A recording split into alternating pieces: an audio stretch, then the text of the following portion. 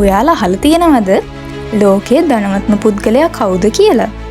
අද මේ වීඩියෝ එකෙන් අපි කතා කරන්නේ 2025 වසර වන විට ලොව ධනවත්ම පුද්ගලයන් 5 දෙනා සහ ඔවුන්ගේ ජීවිත කතාව, පසුබිම සහ ඔවුන්ගේ දැන් තත්ත්වය ගැන.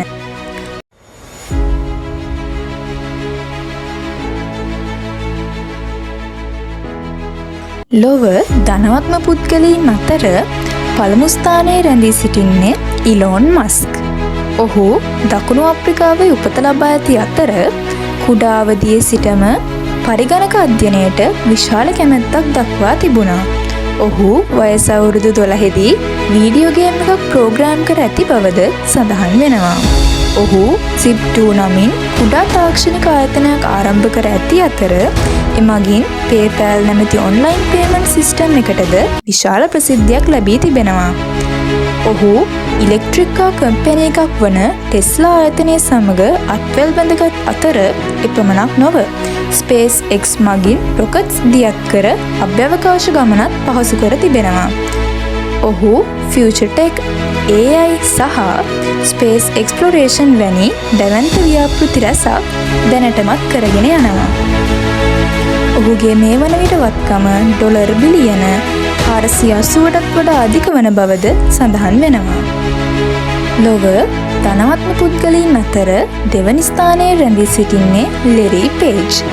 ඔහු ඇමරිකාවේ උපත ලබා ඇති අතර පරිගණක විද්‍යාවට විශාල දස්කම් පෑ විශේෂ දක්ෂයෙක් කීමටද පුළුවන්.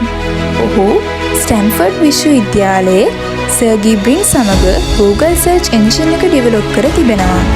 Google යනු ලොව පුරාම පවතින විශාල තාක්ෂණික ආයතනයක් බවට මේ වන විට පත්ව තිබෙනවා. ඔහු තාක්ෂණික නවෝත්පාදනයන්ට විශාල ආදර්ශයක් බව නොඅනුමානයි.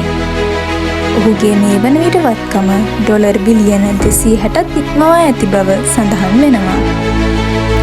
ලොව ධනවත්ම පුද්ගලයන් අතර තුන්වෙනි ස්ථානයේ රැඳී සිටින්නේ ලෙරි ඉලසන්. ඔහු ඇමරිකාවේ උපත ලබා ඇති අතර Oracle software company නැමැති ආයතනය ඔහු විසින් ආරම්භ කර තිබෙනවා. මේ වන විටත් විශාල ආයතනවල Oracle database system එක භාවිත වෙමින් පවතිනවා. ඔහු ක්ලවුඩ් කම්පියුටිං ඊරයකට ඔහුගේ මෙම ආයතනය සම්බන්ධ කර විශාල ආයතන අතරට ඔහුගේ ආයතනය පත් කර තිබෙනවා. මේ වන විට ඔහුගේ වත්කම ඩොලර් බිලියන 255ටත් වඩා අධික වන බවද සඳහන් වෙනවා. ලොව ධනවත්ම පුද්ගලයන් අතර 4 වෙනි ස්ථානය ගනු ලබන්නේ සර්ගී බ්‍රින්. මම කලින් පැවසූ ආකාරයට සර්ගී බ්‍රින් ලෙරි පේජ් සමග Google ෆවුන්ඩින් ටීම් එකේද කටයුතු කර තිබෙනවා. ඔහු AI රිසර්ච්, ටෙක්නොලොජි ඩිවෙලොප්මන්ට් වැනි බොහෝ දේට දායක වී තිබෙනවා. සර්ගී බ්‍රින්ගේ මේ වන විට වත්කම ඩොලර් බිලියන 243ක් පමණ වෙනවා. ලොව ධනවත්ම පුද්ගලයන් අතර 5 වෙනි ස්ථානයේ රැඳී සිටින්නේ ජෙෆ් බේසස්. ඔහුද ඇමරිකාවේ උපත ලබා ඇති අතර අපි සැවම දන්න Amazon නැමැති නවීන තාක්ෂණික ආයතනය ඔහු විසින් ආරම්භ කර තිබෙනවා. පළමුව ඔහු ඔන්ලයින් පොත් වෙළඳසැලක් ආරම්භ කර තිබෙනවා. ඉන්පසු ඔහුගේ උනන්දුව කැපවීම සමග Amazon නැමැති ප්‍රසිද්ධ විශාල ආයතනය ආරම්භ කිරීමට ඔහුට හැකියාව ලැබී තිබෙනවා. තවදුරටත් ඔහු Blue Origin Space කම්පැනි එකද ආරම්භ කර තිබෙනවා. මේ වන විට ඔහුගේ වත්කම ඩොලර් බිලියන 240 ඉක්මවා ඇති බවද සඳහන් වෙනවා. ඉතින් ඔයාලගේ හීන කරා ගමන් කරන්න. කැපවීම උනන්දුව තියෙනවා නම් අනිවාර්යෙන්ම සාර්ථකත්වයේ දොරටුව ඔයාලටත් විවර වෙනවා. ඔයාලා මම මේ කිව්ව දේවල් වලින් නොදන්න යමක් දැනගත්තනම් ලයික් කරලා ෂෙයා කරන්න. අපේ channel එක subscribe කරන්න.